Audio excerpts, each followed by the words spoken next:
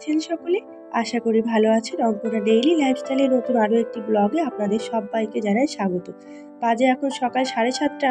আপনাদের সঙ্গে এখন থেকে চলুন দিনের শুরুটা করা যাক। এদিকে আদিত্যবাবু সবে মাত্র উঠলো, উঠে বিছানা তুলেছি, কিন্তু ছেলেটা আর উঠতে পারছে না জানেন, বড্ড শরীর খারাপ ওর।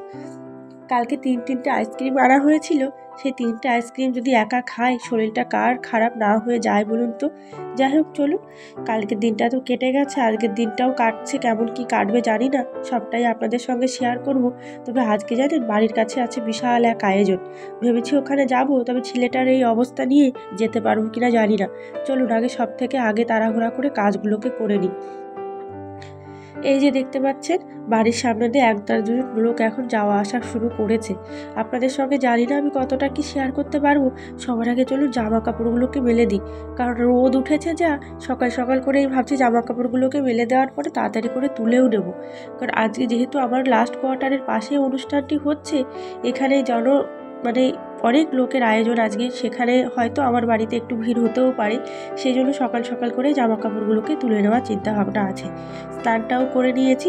চলুন, সকাল সকাল করে তো এমনিতেও আমি স্নান করিনি, সকালকে ঠাকুরের আগে খেতে দিয়ে ঠাকুরকে সেবা করে তারপরে আমার দিনের শুরুটা করলে মনে হয় দিনের মানে অনেক অনেক ভালো আমার দিনটা কাটে। যাই হোক চলুন একটু রেডি হয়ে নেব। মুখের চেহারাটা কি হয়েছে দেখেছেন? আসলে গত কয়েকদিন জানেন একেবারে মনটাও ভালো লাগছে না, আর এই স্কুলে যাওয়া, স্কুল থেকে নিয়ে আসা একটু চাপেরও হয়ে যাচ্ছে। চলুন কিছু করার নেই, মা যখন হয়েছি তখন তো যেতেই হবে। আপনাদের দাদাভাই স্কুটিটা কিনে দিয়েছে ঠিকই, আমি না ভয়ে স্কুটি নিয়ে একদম যেতে পারি না, হাই রোডে উঠতে পারি না ভয়, যেহেতু বাচ্চাকে সঙ্গে নিয়ে তো। তবে সেদিন আপনাদের দাদাভাইকে নিয়ে আর বাচ্চাকে নিয়ে গিয়েছিলাম হাই রোডে। দাদাভাই থাকলে পরে খুব একটা হয় না, ভয় লাগে না, কিন্তু সেই মানুষটি যখন থাকে না তখন একটু ভয় ভয় লাগে। গাছে কত ফুল হয়েছে দেখেছেন? আজকে বা কম হয়েছে জানেন, অন্য আর একটা দিন এত পরিমাণে ফুল হয়েছিল আগের দিন, সেটা দেখলে মাথায় হাত উড়ে গেছে যে এত পরিমাণে ফুল হয়েছে গাছটিতে। চলুন যে কটা হয়েছে আগে সেই কটা তুলে নিয়ে ঠাকুরকে পুজো দিয়ে দিই। আর এই যে মহারাজা সারাদিন এইখানে চিৎপটাং হয়ে শুয়ে থাকে জানেন, খেয়ে দিয়ে কোনো কাজ নেই। চলুন গাছ থেকে ফুল তুলে নিয়ে তারপরে যাব ঠাকুর পুজো করতে। আদিত্যকে আবার তুলতে হবে, ব্রাশ করাতে হবে, অনেক কাজ। ছেলেটার এইরকম যে হঠাৎ করে শরীর খারাপ হয়ে পড়বে ভাবিনি জানেন। চলো হয়ে গেছে ফুল তোলা, এবার ঠাকুরের চরণে ফুলগুলো দিয়ে দিই। এই যে এদিকে আমার পুজো করাও হয়ে গেছে।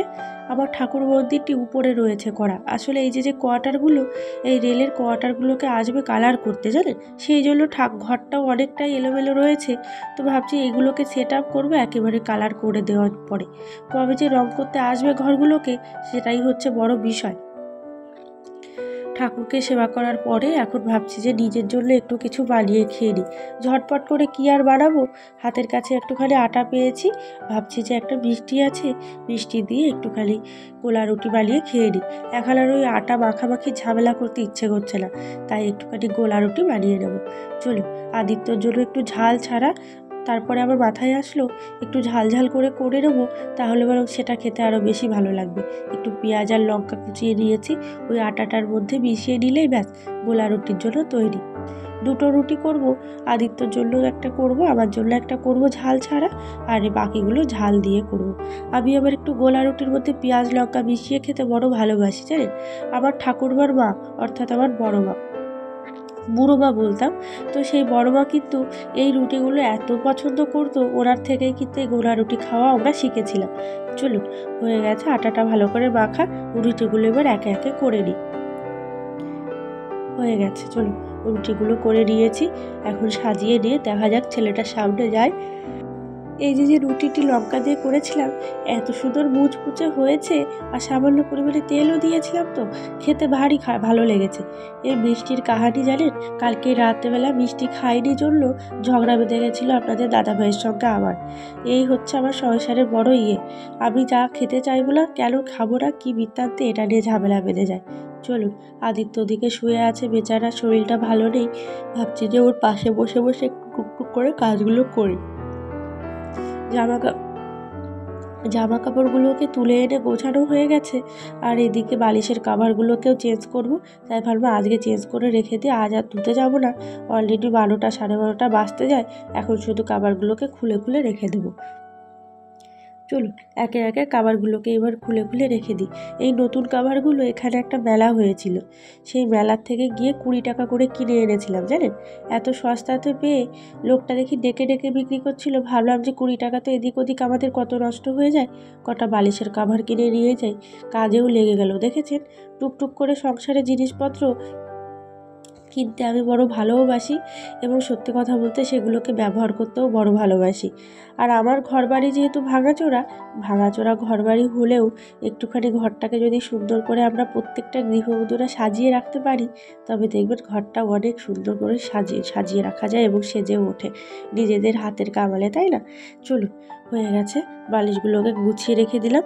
এদিকে আদিত্যকে জিজ্ঞাসা করছিলাম, বাবারে শরীরটা কেমন লাগছে? ও তো কথাই বলছে না।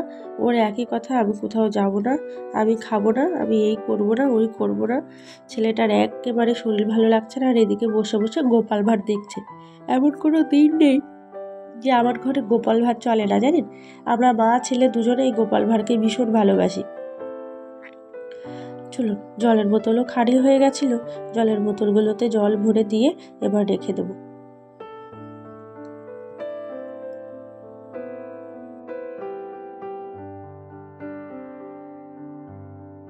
হয়ে গেছে, চলুন জলের বোতলগুলোকে রেখে দিলাম। এবার যাব, আবার একটা ছোট্ট কাজ আছে পরে। কাল আপনাদের দেখিয়েছিলাম না, পানমৌরি হয়েছে গাছের থেকে, কতগুলো তুলে এনে শুকাতে দিয়েছিলাম, সেগুলো ভালো করে শুকিয়ে গেছে। আগে সেগুলোকে পরিষ্কার করার পালা। ভোর 4:30টার সময় উঠে ভয়েস রেকর্ড দিচ্ছি, জানেন। শরীরটাও ভালো নেই, সারা রাত ঘুমোতেও পারিনি ছেলেটার জন্য।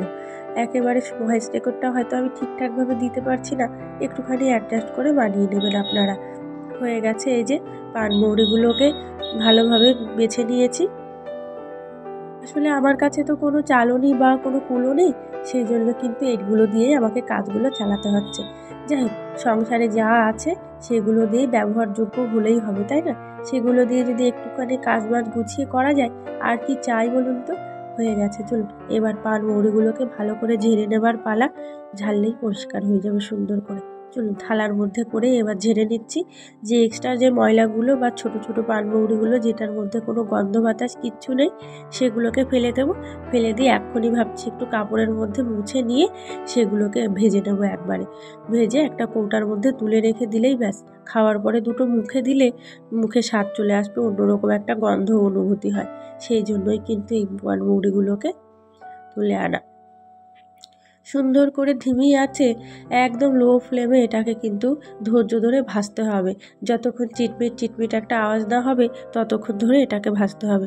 চলুন এবার দেখাই আপনাদের কাছে। আমার যে থাম্বনেল আর টাইটেল দেখে আপনারা ভিডিওটি দেখতে এসেছেন, বাড়ির কাছে বিরাট এক সমাবেশ, সেই সমাবেশে আজকে আমরা উপস্থিত এখানে। যাই হোক, এখানে খাওয়া দাওয়ারও আয়োজন ছিল, সেই জন্যই কিন্তু এখানে আসলাম দুপুরবেলার খাওয়া দাওয়াটা করতে। আর একেবারে পাশে জানেন কত সাধু বাবা এসেছে, দেখেছেন। আসলে এখানে শুভেন্দু অধিকারী যে আছেন, তিনি সনাতনী একটা সম্মেলনের আয়োজন করেছিলেন আমার বাড়ির পেছনে যে মাঠটি দেখায় আপনাদের, সেখানেই। তো আমি আর পাশের ঘরের দিদিভাই আমরা এখানেই এখন এসছি দুপুরবেলা একটুখানি ঘুরে দেখতে। আদিত্য শরীর ভালো না, সেই জন্য বেশিক্ষণ থাকতেও পারবো না, যাই হোক বেরিয়েও পড়েছিলাম। চলুন তাহলে আজকে ভিডিওটি এখানেই শেষ করছি। আপনারা সকলে ভালো থাকবেন, সুস্থ থাকবেন, দেখা হবে নতুন আরও একটি ব্লগ।